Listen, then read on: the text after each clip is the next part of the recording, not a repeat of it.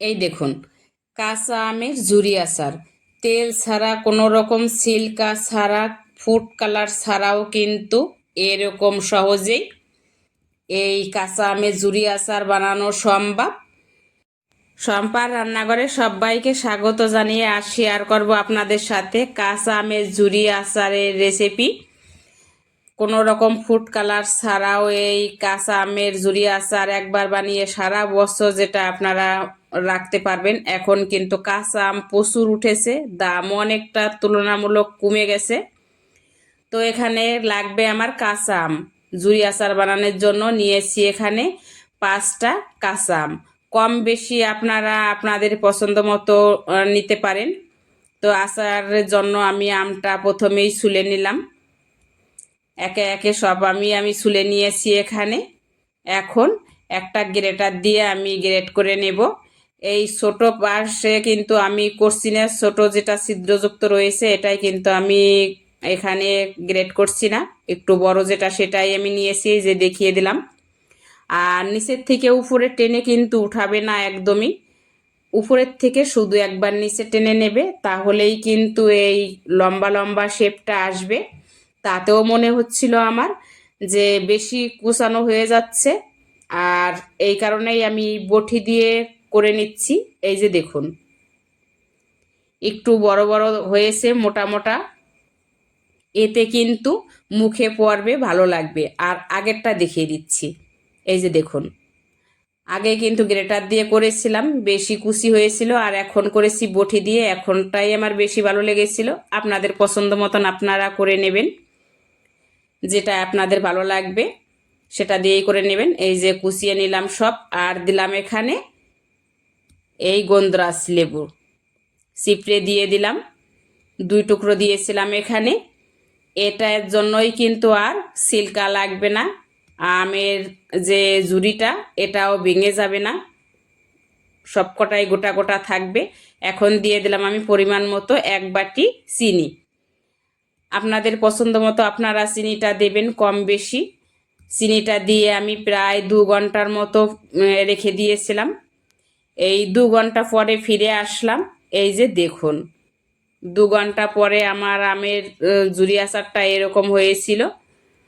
পুরো জলটা বেরিয়ে এসছে আর নরম হয়ে গেছে, কত সুন্দর। একটু দেখুন, জলটা অনেকটা বেরিয়ে এসছে। তো আমি উনানে দিয়ে দিলাম এখানে।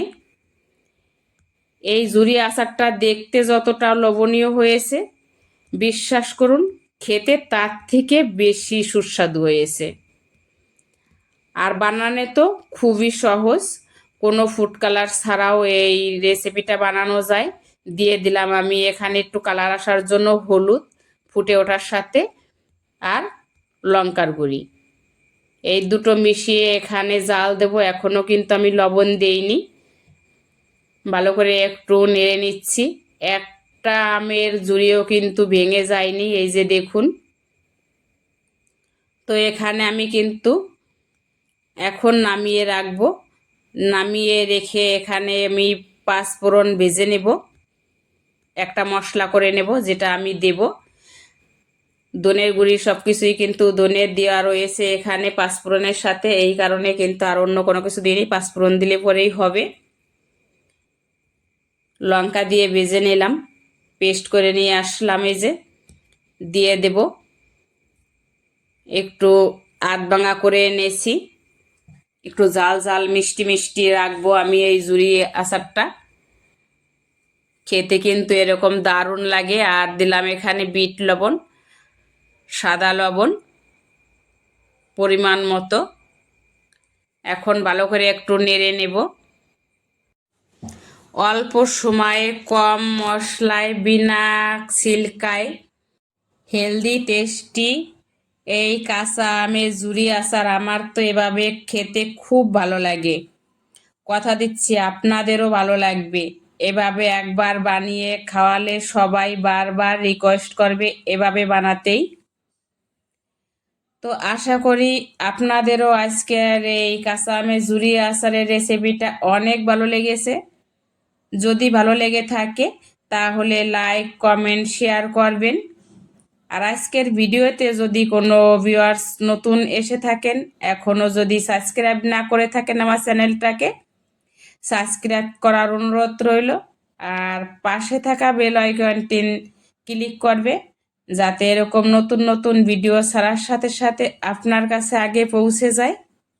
আপনারা যদি এই ভিডিও দেখে কেউ কাঁচা আমের ঝুরি আচার করে থাকেন বেশি করে, তাহলে কিন্তু মাসে একবার এই রোদে দিয়ে রাখতে হবে, না হলে কিন্তু নষ্ট হয়ে যাবে। কারণ এখানে কোনো ভিনিগার দেইনি, না কোনো সিল্কা দিয়েছি, না তেল। এই কারণেই মাঝে মধ্যে একটু রোদ্রে দিতে হবে। রোদ্রে দিলে পরে 1 বছর অবধি ভালো থাকবে। দেখেই বুঝতে পারছেন কতটা ঝুরঝুরে হয়েছে, আর একটাও কিন্তু আম যে ঝুরি হয়েছে সেটা ভেঙে যায়নি। কত সুন্দর হয়েছে, দেখতে যত লোভনীয় হয়েছে, খেতেও কিন্তু তার থেকে বেশি মজার হয়েছে। তো এখানে একটা কাঁচের জারে রেখে দিচ্ছি, কাঁচের জারে রাখলে পরেই ভালো হয়। আজকের ভিডিও নিয়ে যদি কারো কোনো প্রশ্ন থেকে থাকে তাহলে নিচে কমেন্টে জানাতে কিন্তু একেবারেই ভুলবেন না। আজকের রেসিপিটা আমার এখানেই শেষ করছি।